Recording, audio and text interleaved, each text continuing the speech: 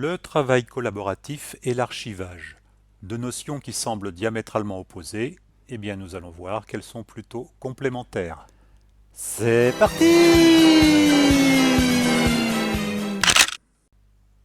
MyScenary est un logiciel développé par l'association Scenary, logiciel dit client-serveur, c'est-à-dire qu'il va permettre à l'utilisateur de se connecter à un serveur géré par l'association Scenary pour pouvoir accéder en ligne et éventuellement à plusieurs à un atelier Opal.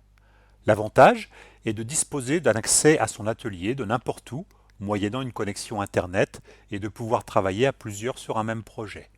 L'inconvénient est qu'une connexion Internet est nécessaire.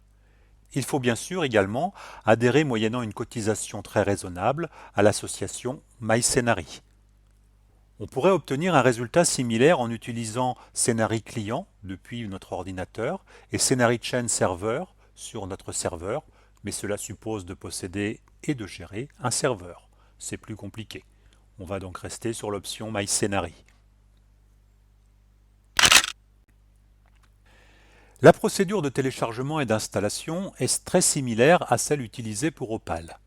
Depuis le site scenary.org, j'ouvre la fenêtre de téléchargement, je sélectionne l'option Decker Scenary, ce n'est plus une chaîne éditoriale que je cherche, je sélectionne MyScenary, puis la dernière version. Le site ne semble pas très à jour à ce niveau, mais cette partie est très importante, les versions antérieures étant obsolètes et inopérantes. Le site a détecté que j'étais sous Windows et je valide la version proposée.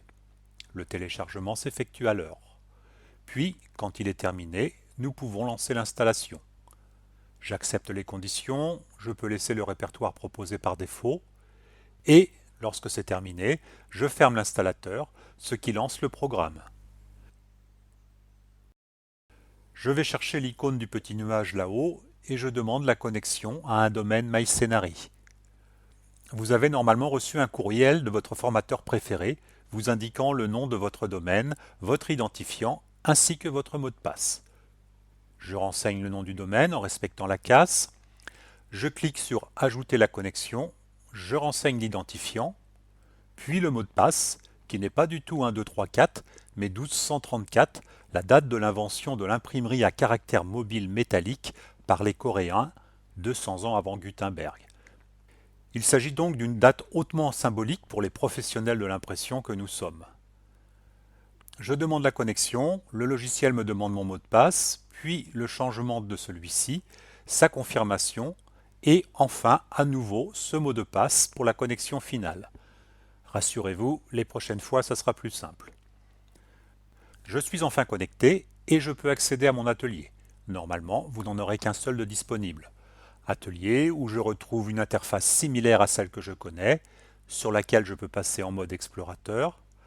Je peux, si je le souhaite, retrouver les thèmes graphiques précédents, ainsi que la taille de la police.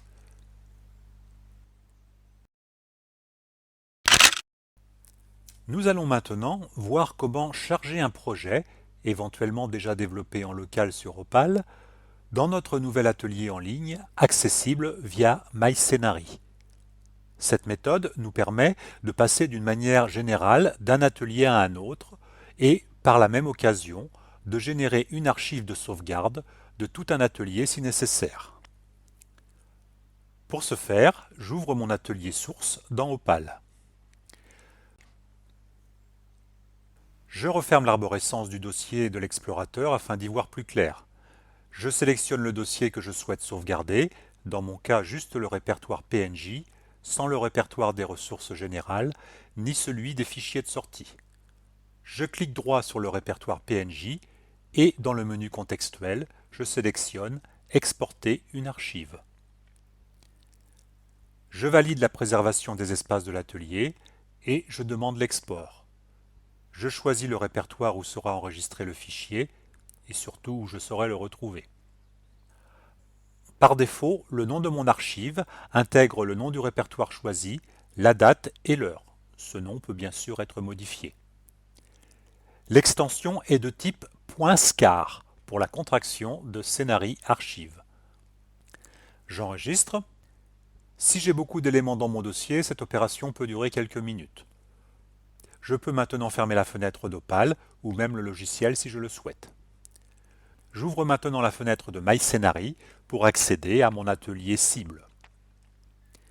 Je fais un clic droit dans l'explorateur, éventuellement dans un répertoire prédéfini, et je valide « Importer une archive ». Je vais chercher mon archive précédente dans le répertoire où je l'ai sauvegardée et je la sélectionne. Je peux maintenant déplier le répertoire qui vient de se créer et vérifier que tout ce que j'avais dans l'atelier précédent est disponible dans celui-ci.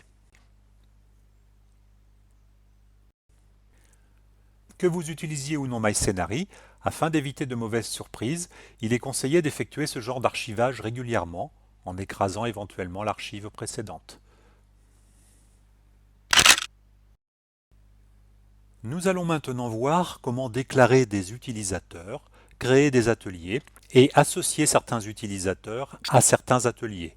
Cette partie est là uniquement à titre informatif, un utilisateur de base n'ayant pas besoin de ces données. Si le logiciel MyScenary n'est pas encore ouvert, je le lance. Je vais cette fois me connecter sur le compte administrateur qui m'a été fourni par l'association MyScenary lors de mon adhésion. Si la fenêtre n'apparaît pas, je vais l'ouvrir sur l'icône « Me connecter ». Le logiciel a mémorisé mon identifiant depuis la dernière connexion. Il me reste à rentrer mon mot de passe et me connecter. Je vais ensuite ouvrir le menu du haut de l'écran. S'il n'est pas présent, c'est qu'il a été fermé précédemment et je peux l'ouvrir grâce aux flèches. Dans un premier temps, j'ouvre le menu de gestion pour la gestion des utilisateurs. J'ajoute un utilisateur. Je nomme le compte test. Je rentre les coordonnées de mon utilisateur, Jean Dupont de tout à l'heure, pseudo, prénom, nom, adresse courriel. Attention, pour l'instant je ne lui donne absolument aucun rôle, sinon il aura accès à tous les ateliers. Je demande à définir localement le mot de passe pour en définir un peu plus simple et je saisis 1234. Je confirme le mot de passe et je demande l'adjonction de mon utilisateur. Je vérifie qu'il est bien dans la liste des utilisateurs et qu'il n'a bien aucun rôle. Je peux fermer cette fenêtre. Je vais maintenant créer un atelier pour cet utilisateur par le menu Atelier, Créer un atelier. Atelier que j'appelle Atelier Test. Je choisis le modèle documentaire Opal 4 avec l'habillage pour MyScenary et je valide.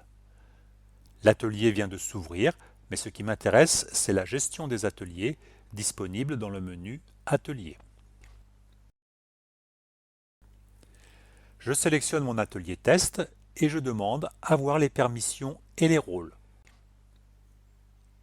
Pour l'instant, aucun utilisateur n'intervient dans cet atelier. Je demande l'adjonction d'un compte. Soit je le trouve directement dans la liste, soit je saisis le nom du compte dans le champ de recherche. Je trouve alors le compte test de Jean Dupont, à qui je donne un rôle d'auteur. Et surtout, je n'oublie pas de valider. Jean Dupont est maintenant auteur dans cet atelier et je vais pouvoir lui envoyer ses identifiants.